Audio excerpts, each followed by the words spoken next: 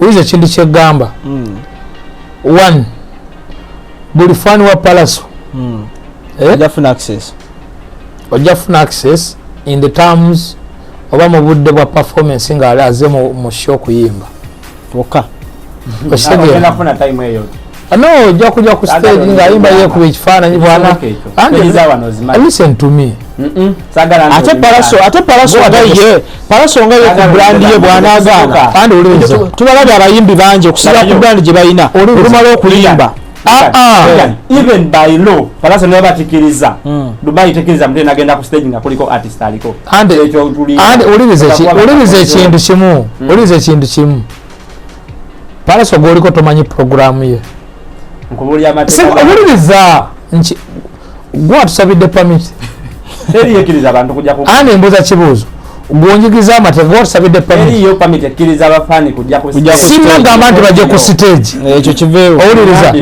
naye bwana amalo yimba Palaso bwana amalo yimba buli fani we ayagala omulaba oba gwayagala ku interactinga naye ajja mulaba ebifaananyi biki TikTok Rwanda tukoze meet and greet just expect 2 hours performance non stop sheza ajja kuyingira saawa nga 7 no afford no promise nze kinene no Palaso bogate nyimba nyimba zazina nenga anazituwa kuba kato yabanga ali ku concert this is his concert program we ina kuba bwecho bwechali kino kuba bwechali then what happened to the mics kati ante bya mic ate kata ogenda kuba ba kati no sikuba ba DJ because DJ is sound engineer labayo ekya mic twagenda okunona Liam ku hotel tuluka ku hotel bakube simu katsa kubira eno mbadde sagala byogera ngobirese katubinyumye katsa kube simu eno kugundi ku show agamba tujja n'omuyimbi kati osege nga bagamba yakubirani yali wao gwe yaleka organizer kati simanyi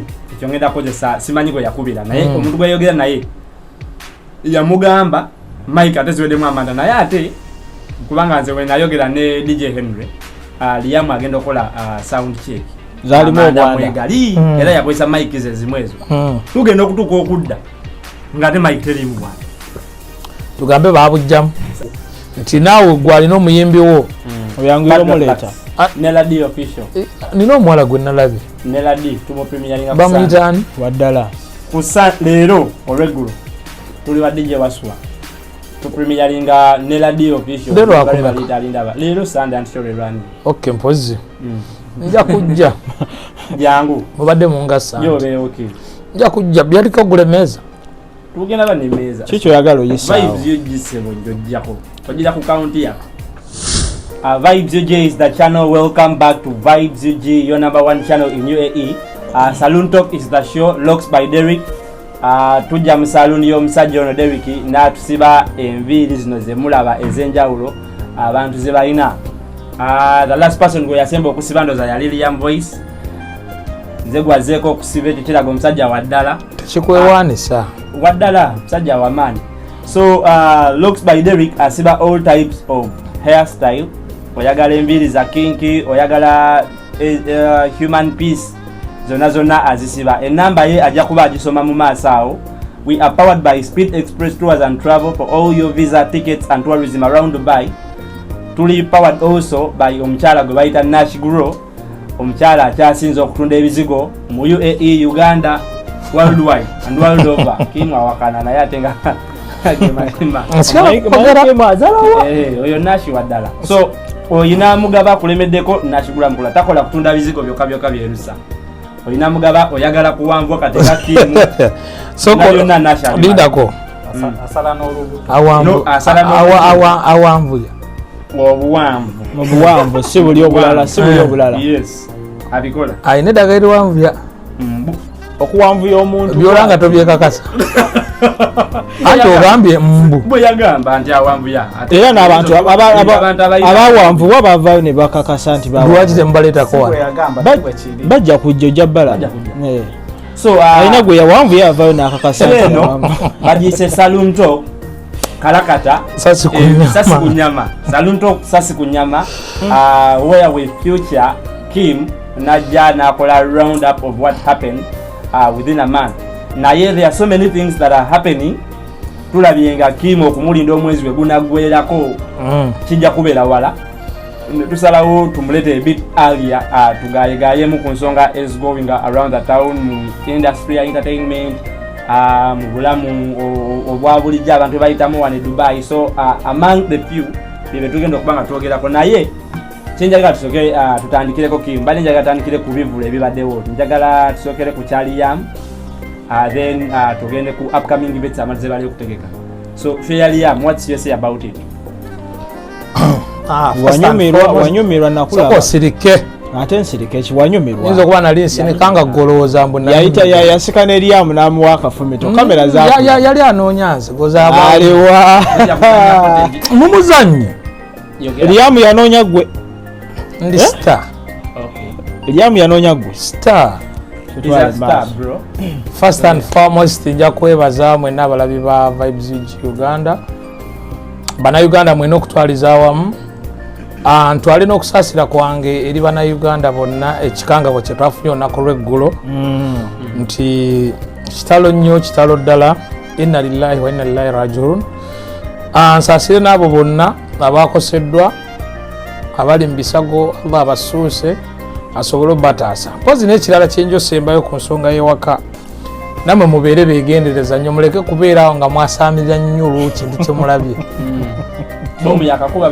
okyegera bomu yakamala obwatuka mujja muzunga na busimu mbu muli kodinga Facebook temutuweereza mawulire gammwe ffe tetwagala galaba ekintu ekirala muteekingenga ensonga serious nti ekintu kya bomu ekyo emabega ensi emu yavaayo neerabula ku nsonga eyo nti Uganda byaweya twabitwalanga byakusaaga kati byapeneze tetwagala nnyo kuyingira mu nsonga ezo but whatever it is Allah atusaasire kireme kuddamu kubaawo n'abantu tuleme kutwala things for granted obutujjuje buli and people they are serious killing people so nja kubasaasira mwenna abakoseddwa abantu baabwe ne bizinesi zammwe okutwaliza wamu ne entire world fenna abafunye okunyolwa Mungu abasaasire then bwe nkomawo wano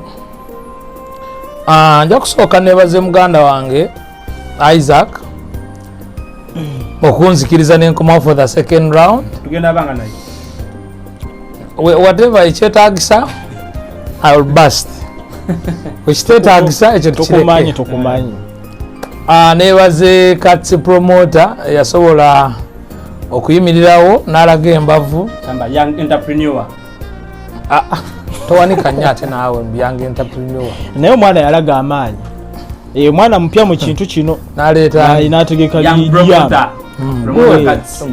n'ategeka Liam yakola kirungi ate Liam it was a success oyo mwana mulabirawo nga ati babuuziza leka binyumize obuzibu bw'olina totereera tutwale maaso nakola show it was good gye naliko eye Dubai though nafuna ne information ku show ya Abu Dhabi wadde akafo kaali katono waliwo emigozi oba n'egyaliwo but tetujja tunula ku ebyo katunule ku birungi ebyava mu show no n'ekifo bakibaaniza okuddamu otegeka show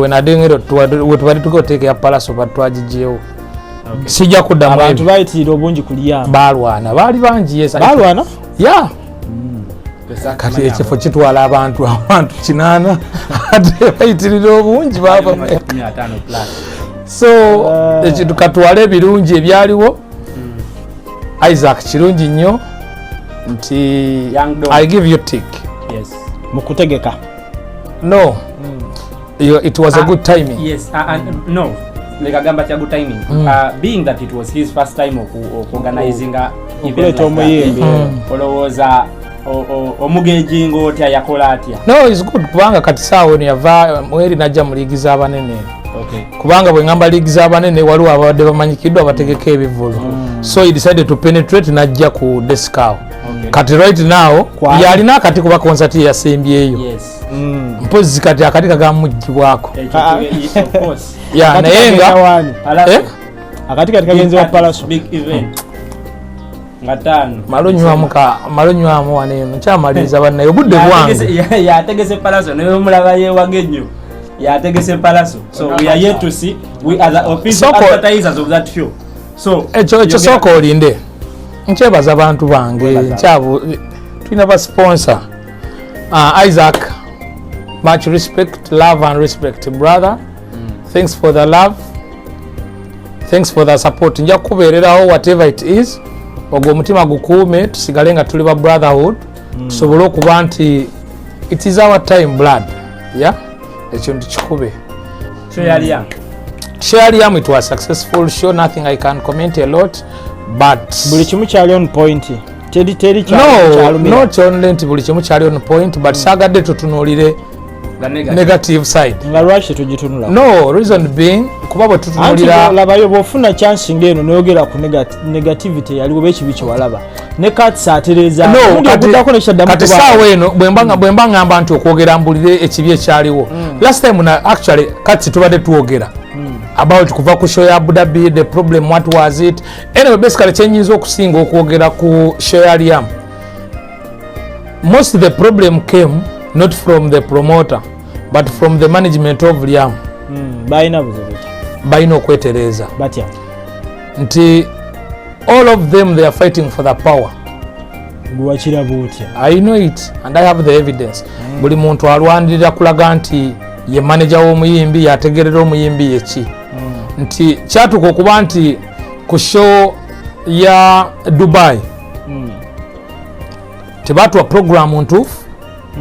Omuyimbi nti alina kujja na luyimba bweruti bwamala bweruti addako bweruti kino bwekiti nebyo byonna byali set yakola kati kyovolaba mbadde ga nti saagadde nnyingire mu nsonga zino kati tondetera ziraba nti omuyimbi yali ayoba ku stage agamba kuba luno oluyimba dijja oluyimba lwazanya naye ate azanya extended.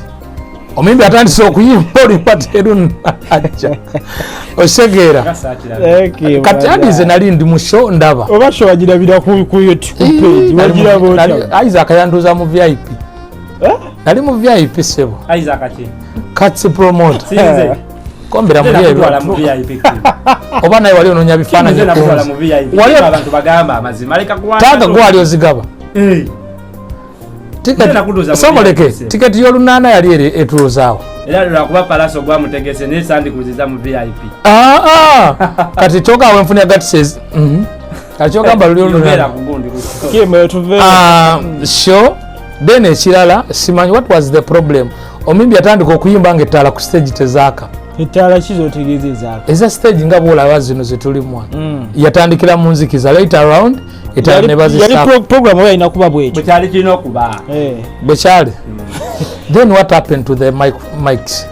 Kati ante ebya mic ate kati ogenda kuba ba DJ no si kuba ba DJ because DJ si sound engineer labayo ekya mic twagenda okunona Liam ku hotel tuluka ku hotel bakuba esimu kati akubira eno mbadde saagala byogera gobirese kati binyumye kati akube esimu eno kugundi ku show agamba tujja n'omuyimbi kati okitegeze nga bagamba yakubira ani yaliwo awo gwe yalekawo organizer kati simanyi ekyo ngenda kozesa simanyi gwe yakubira naye omuntu gwe yayogera naye yamugamba Mike ate ziweddemu amanda naye ate kubanga nze we nayogera ne DJ Henry Liam agenda okukola sound check zalimu obwanda era yakozesa Mike ze zimu ezo tugenda okutuuka okudda nga ate Mike terimu tugambe babujjamu simanyi gaggwamu ndowooza gaggwamu zitaaliko omuntu ayogerako gaba gaggwamu galagawa but that was anyway kiba kiraga lack of preparedness.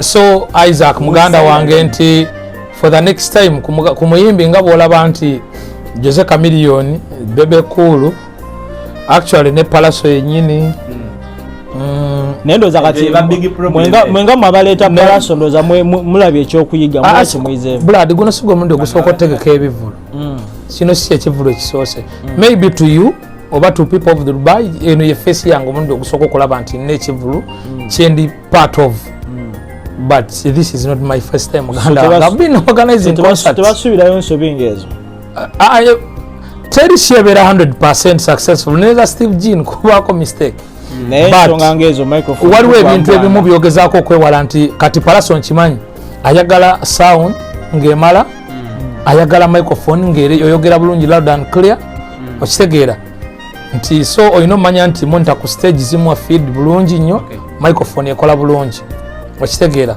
so kati ebyo ebintu bwe biti ebyo mba stera ate ebiseera ebisinga nti njagala nkigambibwa promoter bonna not only Isaac nti mics ze tubeera nazo tubeera ne mics bbiri ebiseera ebisinga bwaba muyimbi kati nga Liam tubeera ne microphone MC gy'akozesa ne special microphone ya performance eyo yo tebeera nawo ejja buzinga omuyimbi kuba mujja ne mugikola sound check ne mugibalansinga nti teza feedback buli kintu kyona ne mukikola ne mugitereka era ebiseera ebisinga ebeera na labeled ogiwandikako notekako performance eyo neogitereka kati emusa akozesa eri mic endala reason being and already very balanced ku muyimbi ku sound check gyakoze kati microphone yo gijjako nogiteeka side kati wano wagirayo okuperforminga akwata bukwasi mic eyo nogimuwa najja nga everything it set so next time just anyway tekyali badde kizibu eri Isaac cuts but the problem is I think nti abantu bali coordinating nabo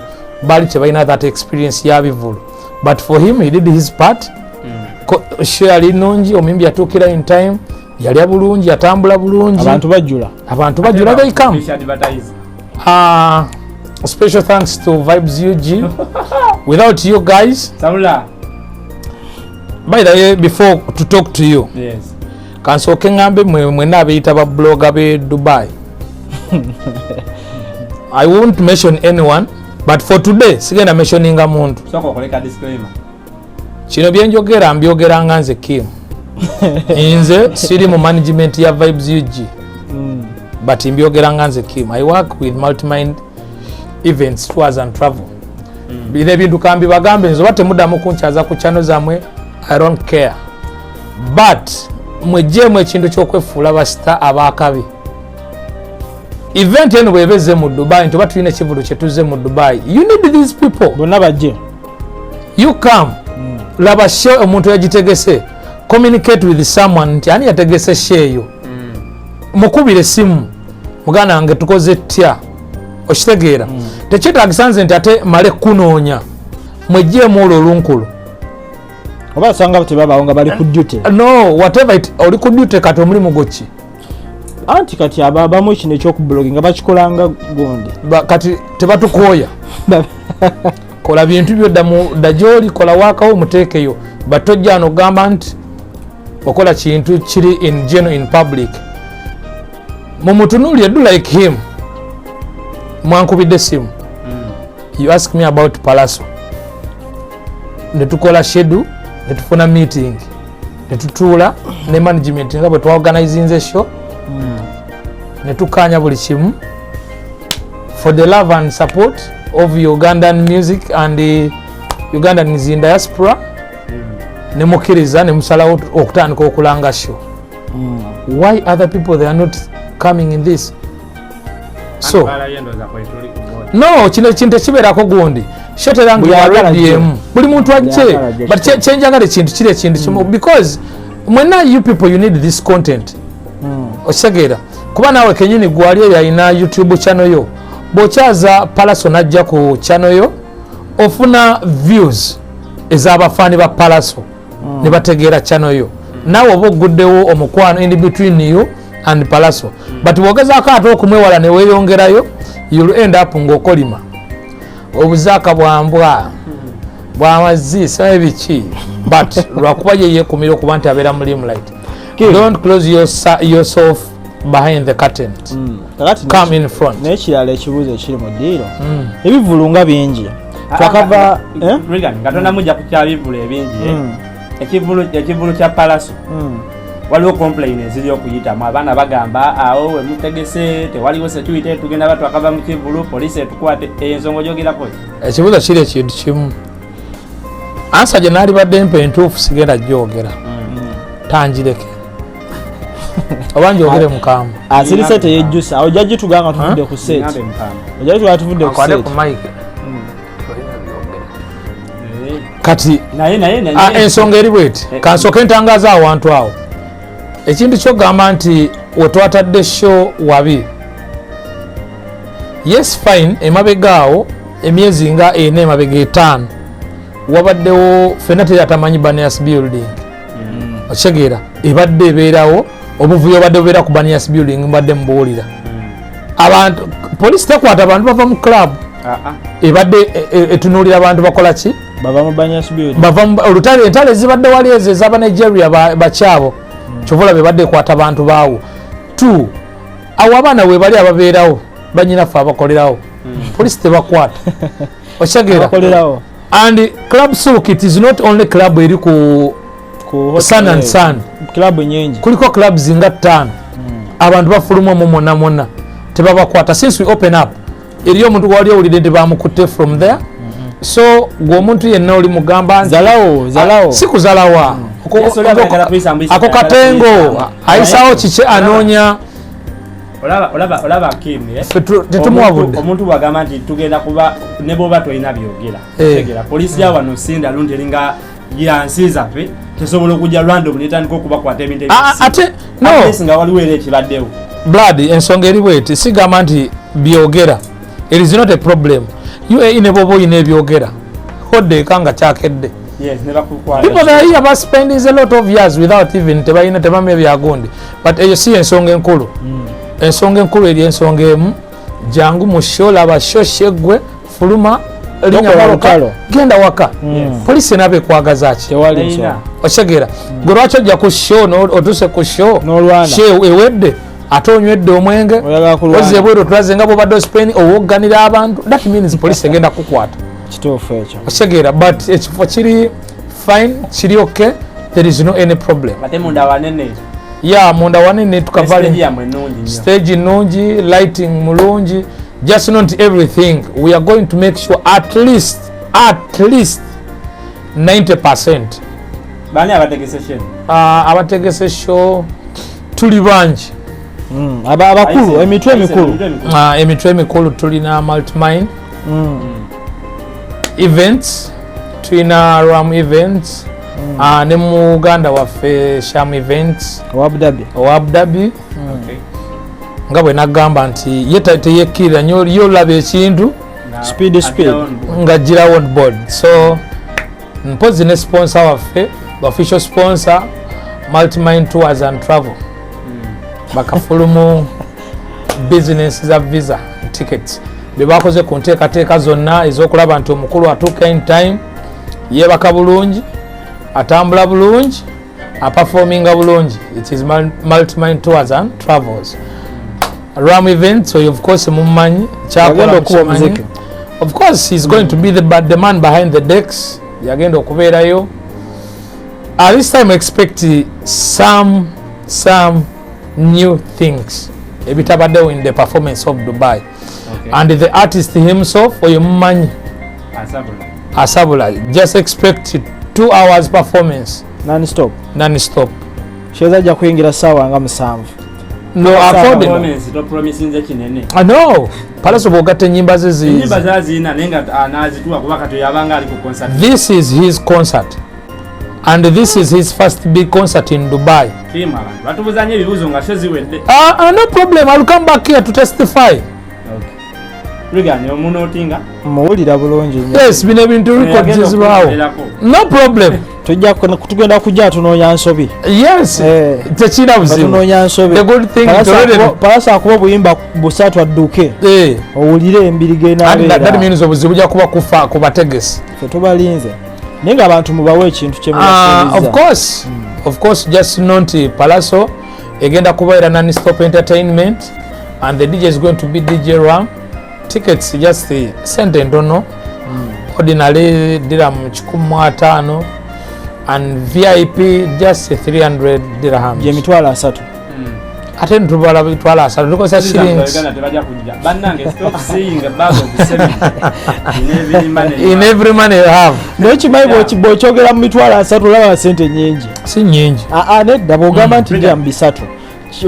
Changu nywe nebo ziza mzee gwa nti emitwala 3 kibuzo kimeja okubuza Kim like enaku zino kati for example etu akava mu Liam Palaso huyajja nshega tewaiso toyina kuyita wondoza nawe kizo ya 3 muganda angereka Liam yali wadde Liam yali ere banga liye no Liam yali wadde mwezi kuno ngakutani ennaku z'omwezi nga mmeka Yali- zaali 6 ne 5 Yes.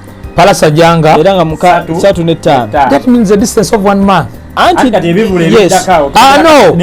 okusingira Listen, no. mu environment ya Dubai mwe tubadde And listen to abantu babadde nga n'eri embeera sokolindeko babadde nga n'eri embeera nti ekivulu bwe kijja tula kamiliyoni wayitawo ebbanga jjukira tubadde nga n'abategesi batono Lwaki abantu bazuukuse nnyo kati? lwaki abantu bazuukuse nnyo kati wuliriza. Kitwatu akava mu lyamu Wuliriza. palaso mutukubye omulala tusobola embeera mulowooza gye tutwalamu ekintu kiri ekintu kimu. Industry entertainment eri free open market. Buli muntu wa ddembe okuyingira ne business yo. But ekijja okujja mu business eno ng'eyayingira mu ndongo tandise ogiyita ennongo. ng'olanza ogiyita ki? Ennongo. Okitegeera. Ejamala kukuba oterere. Tuve mu bino ebyogamba nti nfunyemu akasente na contactinze omuyimbi bw'ati ngenda muleeta e Dubai. Organize yourself. Guys, ebintu byokuleeta abayimbi, this is my first time okubeera nti ndi nnyo iga ku shame eno ya Palaso. I've seen very many challenges. Short and about, but I've seen things. Okitegeera nti permit simanyi council biki covid biki there are a lot of things, consequences nyingi. But ba promoters abo fetwawa Isaac gap Kim sokoleka nkunyonyole ekibuuzo kitunakudda mu kibuuzo bitwavuddeyo ekibuuzo kiri nti speed essaawa zino abategesi ba bivulu gye bataddewo oshegeera ono oli ono nze n'omuyimbi bwati n'omuyimbi bwati ne bwati ne bwati ne bwati speed eyo gye muvugirako abantu bano ojogerako ki olowooza abantu baliredde ogisasitaininga okumala ebbanga buli kiseera muyimbi kosana amabaala kati amabaala gamerusewo mangi mu Dubai oyina eri ande olereza ekintu kiri ekintu kimu omudigize yagenda okusalawo anayavuwala ng'akita otegeera si anayavuwala ng'akita era okudigira kwano kubeera mu budget n'endongo ya wano okugiteeka engeri gye bagimanyiiza yaku program myezi 3 5 mwaka bwe badde bagiteeka emabega bwe badde kiri mu weeks 3 muyimbi saawa eno weeks 3 olwokuba baalabye nti oli yategese n'afuna naye n'alowooza ajja tegeka akole ki bwe badde bagenda okgenda bagwe mu mbaata zeeyo ez'abayimbi bazireete wano zijja basala. Okay, Kim. Nze kati kansoke ngendeko deep kwe ensonga tugikubuuza naye oli kujebalanga tetugezako kubuuza kiki nti olaba waliyo Palaso Palaso bw'avaako tulina passaward uliriza tulina passaward zaabaki ezo zanga 9 nalimanyi zaggwa teziggwanga kasoke nsomera line up osooka owulire anti wabaawo ekitambulo ekizibikka tulina Palaso nga 5 netubeera ne passaward nga 9 okitegeera tano egenda beera Sunday nga 9 tubeera ne passaward nga 17 tulina DXB Winterfest eyo concert gy'olina okuddamu bala bw'oba ku DXB Winterfest 17 waliwo ayagala okutegeka Zex ku 30 byaganye kati olina obikinako obukakafu soko owulire omuyimbi ali okeera ali willing kujja naye promota bikyamutagala okay kale ekyo tuva ekyo baba bajjo batajja olowooza abantu b'e Dubai nga bw'omanyi nti nno omuntu agenda okuyingira ku Palaso sente agenda kuzijja ku musaala gwa November bwe kiri wano e Dubai okitegeera okay mulimu abasembizi obuse n'abo be batono olowooza abaana bano basobola okusustaininga obulamu obwo nti tulina ebivulu nga bina mu Desemba buli kimu tukiwagire basembingira sente batulagire oba waliwo abagenda okusalwa kati mu byonna byonna okutereeza industry yaffe wano e Dubai tulina osooka okukola ekintu kino wammanga kw'ossa n'okucakala okw'amabaala gwa buli lunaku yes tulina okukola ekintu kino wammanga though it is very hard nti abantu abasinga gunakigamba bajja nakukuba but kyekisinga buli promoter ali e Dubai twetaaga okutuula mwogere kuki no beetaaga okukola like association like mwe bateeseza nti ngenda leero ono tusobola omumanya kale let me give an example tusobola omumanya saawa eno nti tuli ba promoter balimu 6 mu Dubai omwaka gubaamu emyezi 10 12 ku bantu 6 buli ndwa mwewadde awebweko show emyezi 2 buli myezi 2 show oshegera tugwayo ba promoter mukaaga bonna buli mwa ateka mu show mwaka omulundi sheji emwemu tu kiba kibawadde n'obudde nti osobola okulanga guno omwezi guli omwezi abantu ne beetereza oba n'ogenda ku show yo n'okusavinga sente.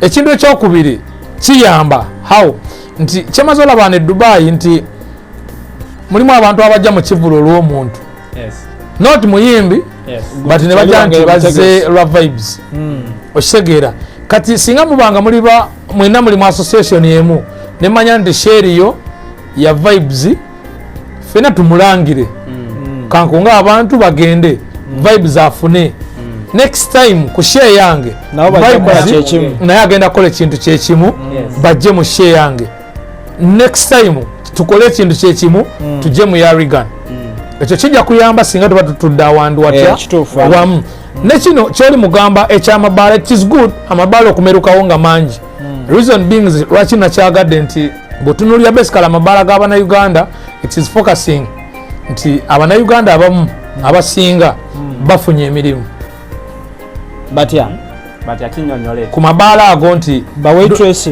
yes inamu okuva kuba cleaners tokozesa mu Bangali oba mu Philippines oba mu Pakistan nalaye mukozesa oba muki yakirinizo oba yabadde mu Togo mu Nigeria oba mu Cameroon no wandi kati obuzibu bw'abannayuganda balina mu bakirininga temwagala egyo mirimu mugambo bikulabisa abanga bakola cleaning gye bali ebyo babikola no mu bbala abakimanyi ende bwembeera nze wayagala okukubya ate shaluwa wali awo ate agende akirininge katakisobola naye nange sisobola kati nadooza owulira nkirininge bakidira Banyo mbadde cleaning ndi ali ku Dubai Mall. Cleaning wadde je waswa. Oba kikoze bukoze. No, kati kyegamba kati bana bali muziki nganze mpisaamu olweyo. Ogenda olonda obuseke. Kati abaana bafunye emirimu owuliriza ba waitress batandise okukola bw'otunuulira aba cashiers ba hostels ne ba DJ bazeemu okuzuukuka nti kati luli eri mwalina ba DJ babiri ng'olinda oli n'akuba oba olirwa n'akuba kati bangi Jami gyali Henry gyali n'abalala Baxter waliwo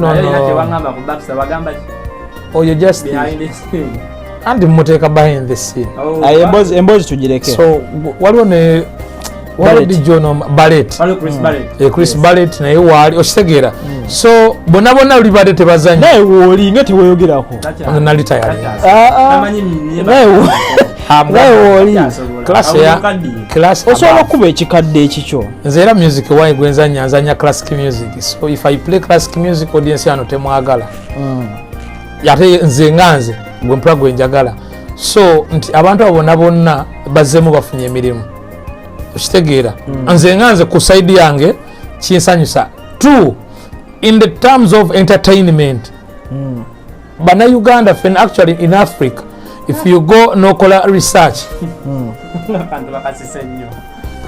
kuyingira byotasobola in Africa bokola research Bannayuganda basinga okukyakala bebamu kubasinga okukyakala wano oshegera kati abaana luli abachakala byannaku abaana mubadde mubamazeeko nnyo emirembe abeera awo olusi yafunyemu akasente k'omwana yafunye akasente bulaka yatodde alinda ate bya Sande oshegera kati waba achaka nemanya nti Mande agenda kuba ku Lwokubiri agadigira ku Lwokusatu okitegeera so kiyambako okuzuukusa naffe ffennyini nti ne bano abantu betubeera nabo mu bizinensi bano bayindi bakyabo bakama baffe bananyini mabaala ago basobola otegeera nti yes majority y'Abannayuganda eri gundi ate ne mu bivulu kijja kuyambako nti naddala mu promotion ya music kati naye etandise okukula music bwabanga tulina clubs ezikola buli lunaku nti naawe gwalina omuyimbi wo oyanguira omuleeta Neladi official nina omuwala gwe nalabye Neladi tumo premiering bamuyitaani waddala kusa leero olweggulo tuli wadde gye waswa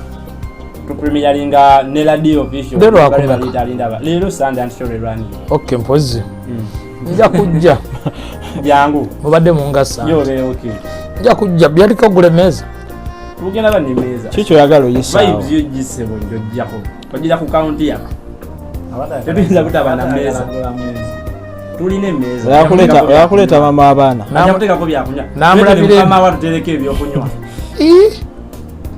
muna jeri anajja kuba kadatema mwaba ate naffe tuba tukola anti kati wewe era simanyi nako lugenje tugenda kulukola kuba tulina okupremiering ena ate tulina okuba mu bbala lwaki ewaffe temwalanzeeyo omwimbi agenda tambula amabala gonna no omulundi onakolala omwimbi agenda tambula amabala gonna nga premiering oluyimba lwe okay so nekyo ndowooza kati olabye nti kituwadde okugaziya mu industry nti n'abaana abo bwe batyo nabo bafunye platform in various DJs okitegeera ne music waabwe audience okwongera omuwulira okitegeera oluyimba naluluddeko lulungi kubanga first song it is good song tunaaba abantu baluwero kaminze balikate dupinga bupinzi mumuwe time abanayuganda bamanyi muve mu ebyo ebintu by'ennugu omwana mumuwagire oluyimba lulungi sina kyenja kwogera lulungi producing bouncing ya music lyrics is fine lyrics zikyali nto but zijja kula but arranging ya choruses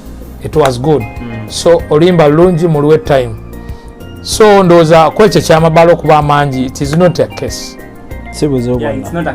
analysis yo about amabala abiri kati agaliwo eriki nti mukola Sunday neno bakola Sunday there is no any problem buli omwe olesa amaanyi ekintu kiri ekintu kimu buli ate bino owuliriza ekisinga okunyumira obanza ekinzanyisa kiri ekintu kimu waliwo abamu abajje ne waramu ne badigida bwe bamala ne basala ne badda eri ewawaswa ate abamu ne basala ne bava eri ne badda eno atubadde eri kati tuzze eno okitegeera that means nti people they are getting what they want bw'abazze eno nawuliza ku flavor ya waswa akomyewo neno nawuliza ku flavor ya mwetaago bamubangwizeemu amabala gabe ku kizimbe kyekimu tulina gye twakirabye Promoter Shanita si aleeta birangirangi ataweza teyakubye ku promoter Katse Bala just opposite no Shanita sitomuyombesa simuyombesa akola saagala omunyingire nti yakubye ku Katse Bala yamutaddeko the same day nawulidde mbu omwenge yakutadde ku bwereere tetukinako evidence neze ngambe zabadde zitamulwa kuba teyabadde akyogera kompyuta we kati tuyinza kuyimirira kompyuta waye yabadde akyogera atulekemu atulekemu kati tasobola ate kuddamu kukola lunaku lulala lwaki ate lwaleero enkya tujja kufuna analysis mujja kwongera otambula mutubuulire kati ekintu kyalina okukola nayizaako enyini kimuwe ebagiyita check up kati bwoba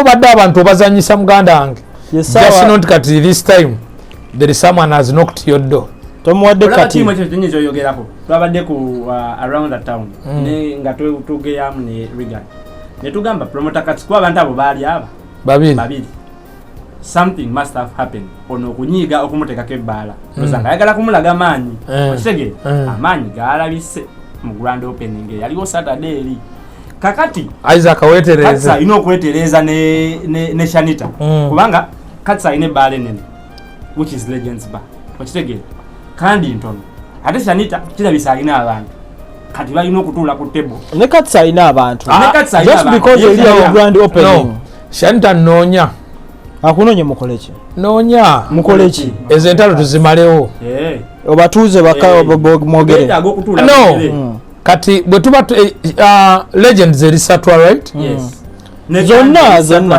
ne kandi erisatwa omulyango gwe guno aliwoleza eno Legends gye twalimu wano kandi eri wano kati kyetwagala Shanita aveewo alagewa andi wuliriza soko no seekyo Henry Kesmishi eri ku Dere City Center right Waswa ali Fujimulalo Ram ali Banias Shama Darukuzi ne bwaba azze Sharja oba Lukuzi no people kati amanyi galisatwa bonna amanyi galisatwa yategedde ate ndi galisatwa jabeera Isaac abeera naye abeera satwa Isaac uptown nnyo mutunke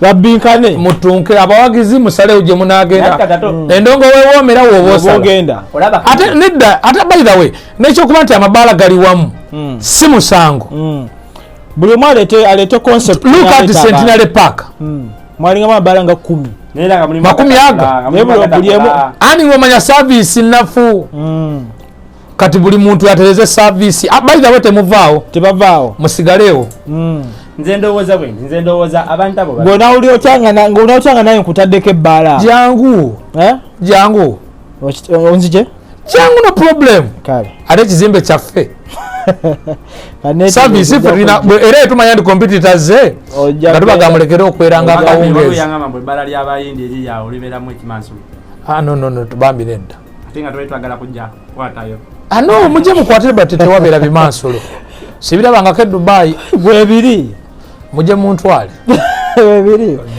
obuzibu bw'abayindi buno obukazi obuzinaazina bakirabanga kimansulo ani yabiranga ebimansulo waliwo yatugamba oba yagala bitege actually twajja n'okujja tulabeko naye tebatukiza twayingira no ebbala bali free bayingira abantu ne baagaanamu abaddugavu no lwakuba nti naffe eno tubagaana lwaki ano legend z'abazungu babaamu webale gamba nti bazungu bano bayindi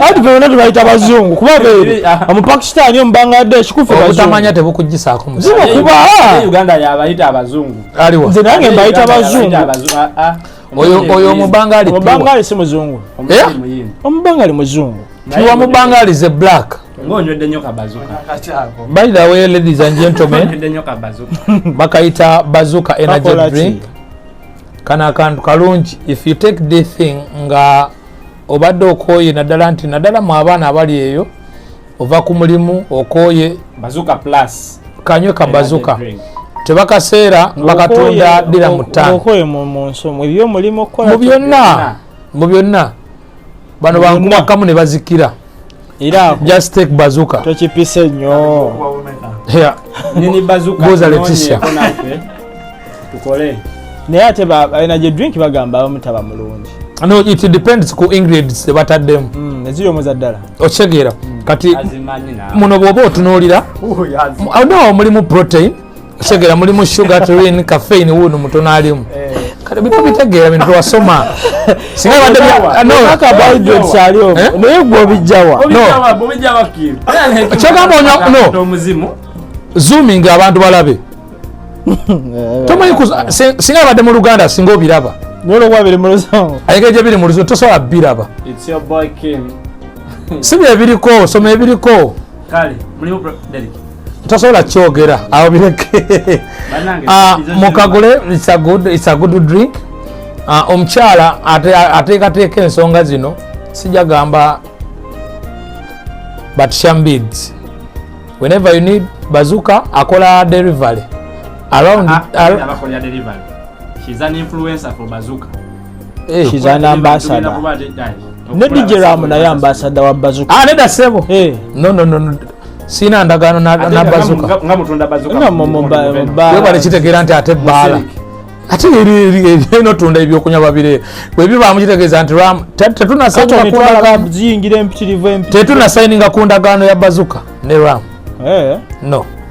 Okay. But Shambids signing a contract. Number one influencer Bazuka plus. Yes. Ne Shambids simaye bwogenda kulwaninga ka Bazuka ate bwotunda butiti. Ate bwatunda ne muwoomya. Ate simaye bwotunda muwoomya. Kati kano waliwo story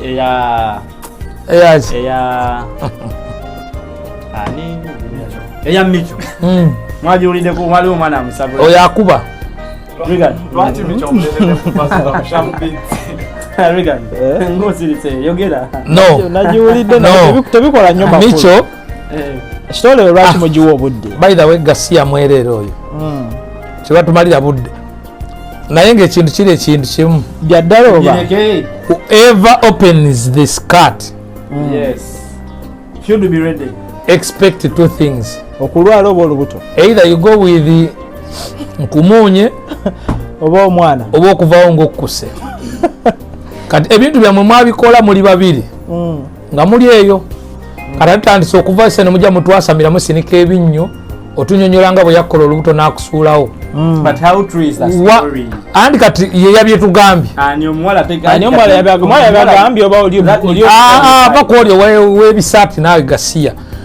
Omuwala yazze n'agamba nzisaso sinabirabirako ewe ebisaati nga zezaako biraba nemico nakubidde essimu newemamaaza nogaana okukwata essimu ngaolagala bimubuuza bw'aba omwana olugundi yalumuwa mwetereze nawe bwaba yalumuwa nga tamulabirira kiba kikyamu waki tekyambala ekyo ekivubuka nakyo okwambala ki akapiira gwe oyambala akapiira ate nze ndi mufumbo akapiira nyambala kasi Dubai bambala akapiira Dubai bambala akapiira tekisoboka naawe akapiira kaki kasomwana bane ID Emirates ayikeza abakwalaali era okebera kwa Dubai okebera nti omuntu mulamu olina Emirates ID tunuza ano kamera tunuza ano kamera era ate zebagula ekyo kati obotomedde banaye wama sebo oba nyabo gwali eyo don't trust these people's words ekintu kyenja okugamba nti gwe genda wekebere obulamu bwo butwali nti kya mugaso don't trust me, don't trust him, don't trust him, just trust your life. Ekintu ekyakyenja okugamba nikyo bw'oba okukuba emipiira gyo yambala. Ekintu ekyokubiri tereza ensonga z'omumaka go muzijje mu mawulire. Sigenda kusabula oli mukwano gwange but nkubuulidde. Then naawe gwe muwala gwe sifa abagambo gye mu sikaati eyo nedda agijjamu ku muntu gw'ayagala bali baagalana kati lwaki tamukubira ssimu bayinza tebakyakolagana atunoonye ffe bakwano ba Micho tuwogere ne Micho ensonga tozingira mbajja zimaliriza ezo azaze mawulire zijja kati tuzogereko tuziveeko ezo tugende ku birala temutuddiza bibuuzi byammwe mutusumbuwa nti mutumalako tugende ku mwekola byammwe mwabamanyi ensonga zammwe mwetereze kyekimekinze around media of course bingi by the way ebintu ebisinga okuneewuunyisa kiri ekintu kimu nti ekyasinza okunnakuwaza nabadde n'essanyu nga mmanyi emabegaawo nti president yagamba by January let me first cross nveeko wano ngendeko ewaka nti by January agenda kukulawo endongo naate nagenza okulaba ng'eyinza okufuuka ennongo ate eri mu bbomu bagenda giggula kati ate bbomu eno keyazze olaba ali eri tubadde ku bwa bunnyindo by the way n'ekirala nti I feel so sorry about my friends Nimrod Louis tosobola Louis Dino ne mukama waffe Innocent Nimrod yakoze bakoze bagenze kitala ku remand no government etteeka libalikwata nabo babasiba bajampinza amate babasiba bajampinza amateeka ga kafyu bagamba baba kwatidde ku club gyabwe gye babadde gye babasanze ne babakwata bati babalese ku remand kubanga story nagisanze nagigobe naso senengeraba ku media but I had to take time okuginoonyereza ndabe what is the fact. No one is above the law. Yeah, no one is above the law. Gukutte in Dubai.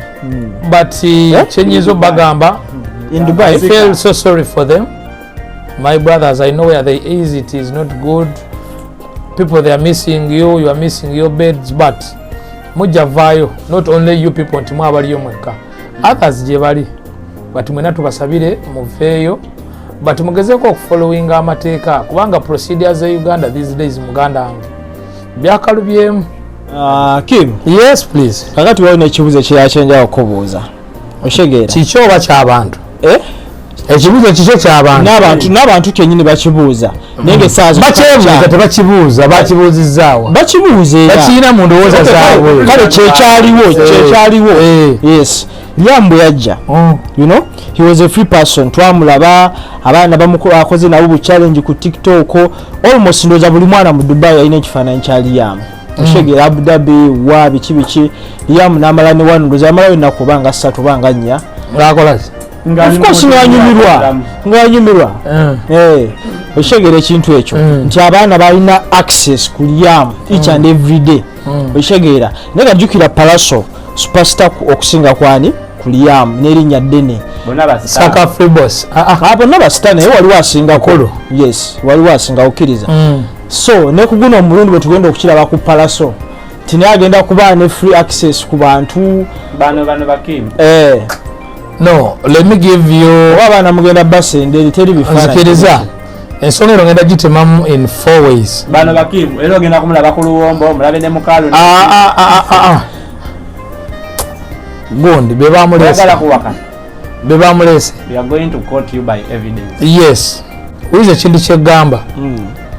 One, buli fani wa Palaso ojja funa access in the terms oba mu budde bwa performance nga ali aze mu show kuyimba wokka okitegeera kufuna time eyo no ojja kujja ku stage nga ayimba yekuba ekifaananyi bwana. Listen to me. ate Palaso agaye Palaso nga ye ku brand ye bwana agaana kandi olowooza tubalabye abayimbi bangi okusinga ku brand gye balina olumala okuyimba. Even by law Palaso ne batikiriza Dubai tekiriza mtenda agenda ku stage nga kuliko artist aliko ande olibize ekintu kimu Palaso goliko tomanyi programu ye nkubulya amateeka oliriza nki gwa tusabidde permit eri yekiriza abantu kujja ku ande mbuza kibuuzo gwonyigiza amateeka gwa tusabidde permit eri yo permit ekiriza abafani kujja ku stage sinagamba nti bajje ku stage ekyo kiveewo oliriza naye bwana amalo yimba Palaso bwana amalo yimba buli fani we ayagala omulaba oba gwayagala okuinteractinga naye ajja mulaba ebifaananyi biki TikTok Rwanda tukoze meet and greet anti uliriza meet and you organize it anti kati Palaso uliriza no kangulako kyobadde tomanyi Palaso abadde agala okujja Dubai nga ne sheri yo in a week in maaso yagala kukola kyabanoonya mirimu ate gundi muleka ate kuba nakamanyiro tajja kunoonya mirimu ajja kunyumirwa naye ajja kunyumirwa ina ne business ze endala is coming to shoot videos bana abaana be Dubai bagenda okozesa mu videos ze bashambids ane shambids takola video lwaki yatayagala kuba wakabi aliwo bbawa Shamu ino omusajja Shambids munene nnyo okusinga mbadde manyi talina omusajja nti essuubi kaliveeyo anedda zisigwemola mu video shoireka naye kati kasooka embuuze moze bwe yakwata Sindi n'amuteeka mu video yamusasula kati Shamu Palaso kasena seresobola sasula Shamu ajja kukola tasobola sasula Shamu ajja kukola okiŋŋambye awajja kujja obadde mwe tuli ku byabwereere ebyo tebijja kusoboka ebyo byobwereere Liamu yali wali yasobola bikola kata yabiteka ku Palaso bano mutwe ku class Palaso mwavu wala bajinanga nkyateka ku Facebook ekyaki ngayagala abafani bamusondere sente emiliyoni 10 kitegeeza bwavu leka nedda miliyoni 10 bazibala batya Palaso uliriza Palaso yasabye miliyoni 10 nkinyonyola mwenna abali ku show n'abagiraba miliyoni 10 owuliriza Palaso se yakasooka okusaba sente oliza bulungi katandikira kujja mikalicha n'abakamiyoni bazisa uliriza abesudde falunga bagala na rent nange njagalayo just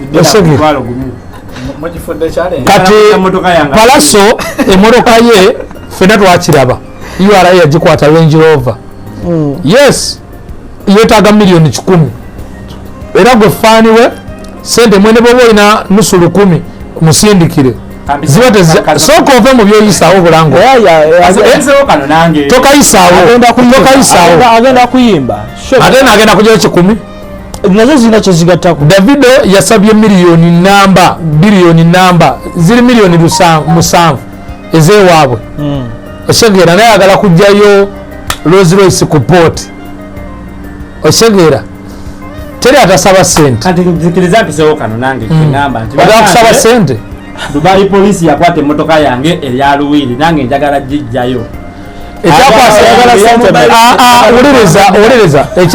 uliriza tunuze eno kamera ekyakwasa emmotoka yoono yali yaggwako teregistered nyini emmotoka kati emmotoka ya 2,000 sokoleke emmotoka ya 2,000 osaba omutwalo gwaki emmotoka ya 2,000 basomere namba y'essimu kubatema namba y'essimu ya mobile money 0503120889 so sa plus 256 mutwalo gwa dirhams miliyoni esero tweta kujja asabye sente abantu basabye sente asebe Uganda namba gy'abasomedde ate namba ya wano Dubai basindikako mobile money posinga IB basindike ku IB Emirates side basindikako sente batya basindikako byo tekima naye nga mwakozesa ebyokunduza n'abantu abatamanyi so kati ku ensonga bakubuza weewala ekibuuzo banakkiriza abaana okufuna ebifaananyi ne gundi mu hoteli bakubyasho kwera kyo tekigenda tujja babo tujja bakkiriza ate abaana tebaali mu hoteli bali mu hoteli oliriza ekintu kiri ekintu kimu Liam tomugerageranya ku palaso toddira bijanjalo bigatta na nnyama no oliriza palaso ne Liam management ya oliriza management ya Liam ekyanoonya following eyenkana ya palaso okitegera bwe bamanyi ensonga zaabwe bazikola palaso management ffe ekyokuba nti tulese palaso okujja okuyimba tekitegeeza nti tuzze kumuleeta ano kwekuba ebifaananyi n'abafaani ekyo kiri mu management ya kama Ivan yamanyi but what we shall do nga organizer tujja gezaako okwogera ne kama tumugambe nti at least kiriza palaso if it is possible the good thing at Dubai because of social media yes let us organize it personal level osegeera yingo kyesibyeko kyetagisa obuziwa meet and greet zawa nabe bamulaba okusooka ate bajjagenda naso bulujikola after nga olaba ekyali yamu oliriza fayita tulita abalwadde kutuuka ku ekyo n'omuyimbi lwatuuka media personnel zibokka be bagenda okubaawo n'okumanya waasuze other people bamulinde ku show after the no guys but you know try to understand how to organize events. Listen man Dubai mumanyi the problem nti omuntu walaba omuyimbi sina Dubai naye tekinga ekifaananyi yaba amulabye ngenda kola ki eri tebagenda kunzikiriza mulaba nabadde naye osegeera tulina that majority kati show enaaba ziwedde nga performance ziwedde bantu bajja kufuna access olwebwe tujja kuba tumanyi program ya kama omuyimbi nkyaliwo week kuba tulina omutambuzaako ng'omuntu alina okulambula ku Dubai alina olaba osegeera kati tujja bagamba nti oba ku lunaku world tugenda mu desert safari ne palaso everyone wants let us meet here tugenda simbula wano so those people abo bonna bajja kuenjoyinga naye tubagambe enkya agenda kusiiba ku Jumeirah oba tulina boat cruise gyagenda ogenda whoever wants come Palasa agenda kumalamu kakabanga no Palasa agenda sibya no musajja agenda kuyimba show towazirabye big artist namalamu omwezi sawa eno yaliko Kampala kaliko wadde ne yaliko obadde ogamba iti yakoma kukuba emyaka eno emabega talina muzigenda mutusibule abantu so we have Palaso's event. It is slated on the 5th of December. Abu Dhabi omukulu agenda kuba very soon. No. Leka tumalirize okay, let us wind. Ennaku z'omwezi nga 5 tuli Dubai Club Souk ku behind KFC Banias Sun and Sun Hotel level 1 Club Souk Palaso wali 15 okuyingira bisatu VIP egenda beretya owe bisatu asasula afuna ki VIP kyekijira anti obuzibu obuliwo bwenna abyogera byagenda okufuna ku bisatu ajja kujja abisuubira njagala ojje ofune surprise at this time organization yakyuse mbadde manyi kyobagamba Abu Dhabi ku lw'omukaaga nga nnya mwavuddeyo ku ssatu no ku ssatu waliyo problem eyabaddewo from the government of the other side batuganyisa nga 3 so tugenda gikola ennaku z'omwezi nga 4 it is going to be Saturday Abu Dhabi era Sham Events agenda kwongera abanyonyole bulungi but dano Shambidi abadde awulidde essanyu nga amanyi agenda okwongera obanyonyola so Abu Dhabi tugenda kujja ku Saturday ennaku z'omwezi nga 4 tuli Abu Dhabi gye tugenda okubeera then ku Friday nga 3 there is a secret gye mbadde mwagala okumanya as I told you it's a secret mujja jimanya kolo nena pa aba media bito offset ogenda kutubulira ati mujja kola olugambo tetusobola naye abantu balina obbagamba basudia ne bamanya ensonga lwaki lunaku lwaffe lwetutegese tujja offset kimubwate lutamujja kazina lutagenda kanebaze ku bantu bange banaye yes banene basponsor first and foremost nja kutwala okwebaza eri main sponsor ba official sponsor affe yataddemu sente tobisalamu sisobola nkumanyi nze official advertiser yes tobijjamu abijjangamu ono wala era wobisaliramu ku luno todda wadda tongobya ku mulimu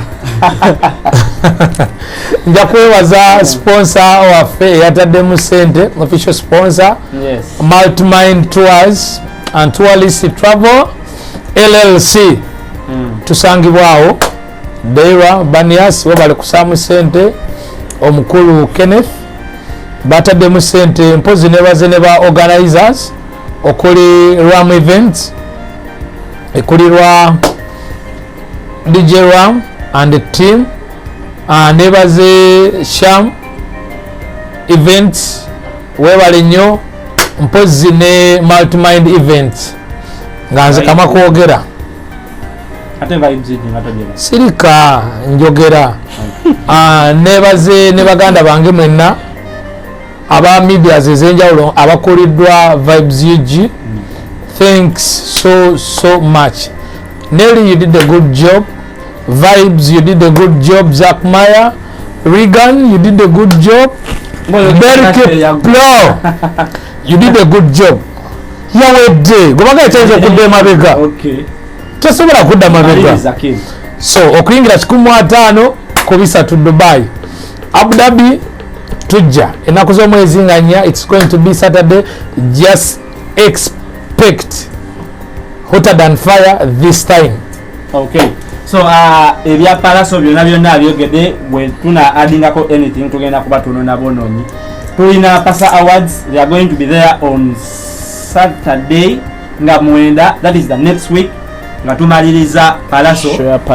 Pasa Awards zigenda kuba zibeera tujja kuchuma award. Yes, tugenda kunona award za mwetegeke ngenda kugira mu team bbiri yani na tebalina award ne mbano baleke nga mwenda tugenda Vibes ina ya award. Vibes ina award kasonyiwa butamanya ko tugenda na mwenda tugenda kubeera ku Pasa Awards December Saturday Legends Power tugenda kubeera kuyingira 15 omuntu omu hapo venue lirudawo venue ya Choice Legends Plaza tugenda kubeera bookings okubeera nyingi so about concert gundi nani ono tumaliriza producer sala ani Levie yes tasobola kumpa ticket ni neretisha ino kuja na suite Shambi zinga ticket ngende na suite tumaliza show on the 17th of December nga tumaze Pasa Awards tuina tuyise DXB Summer Fest twaba wa sponsorship muje mujinone mwabachi Multimind Tours and Travel nchogedde nseraba mujene kamera musigning sponsorship ya abantu tuve wano nga 17 December. So tuina DXB Summer event. This show is going to be there annually. Ayagenda kubera anniversary ya Vibes UG. So on that show wetugenda kubanjula salunto ko tujisabula live wetugenda kubanjula the other team I work with and how the page has grown. Sikolanga interview line, but I'm willing to give an interview to any media personality aliyeyo to know tuyise muki okutuka wano wetuli. It will be my first interview. So on the 17th DXB Winterfest tugenda kubeera ku Sky Garden Lounge. Ekibulu tekigenda kubeera ku artist yenna naye tugenda kubeera ne ba DJ basatu otandise byogera katubabuli. Tugenda kubeera ne guest DJ agenda kuva Kampala ne ba DJ be Dubai abasingayo babiri. Ekyo tukibalekedde posta babiri bokka bagesinge ani. So we are not going to go beyond. No. Since you decided to talk this, yes, chabye kanjabye. Okay, ku show tugenda kubeera ko ne DJ Mag akubira MBS Hitmaker agenda kubeera aja yagenda headlining other show. Guest DJ. We are going to have Ram Events. We are going to have DJ Waswa on the same set. kino tekibangawo ko mu Dubai vibes iji egenda okusooka okukikola okubanga two headlines and 3 DJs but nalisabye ekintu kimu vibes support us the next time okudda wano mbadde njagala tukomewo basically nga tutunulire kintu ekyo. I think tujja kudda nga Palasa awedde. I will come back ndoza nga Palasa awedde. Yes. Ne pass out zinga ziwedde. Yeah. Ogyogera bulungi. Yes, mbadde njagala nzire nga those two shows ziwedde. Yes. So mbadde njagala that day you call for me. Mujabaawo for the side of Kemak School of DJs. Yes. Yeah, DJ Mark muganda wange mugwanya. Then even these two lions eno mwali gisena crash of titans ata bagenda kuba battle si battle twagala session ya DJ Waswa ne DJ Ram battle tujja kuba mutuwo obudde butono producer battle tugenda kuba so lwaki onagira producer Shadi Imagine tugenda kusuka wano vibes uji Salon Talk Looks by Derek so namba yo atumali the number we are going to tajimanyi sebe badde bya Luganda we sign up peace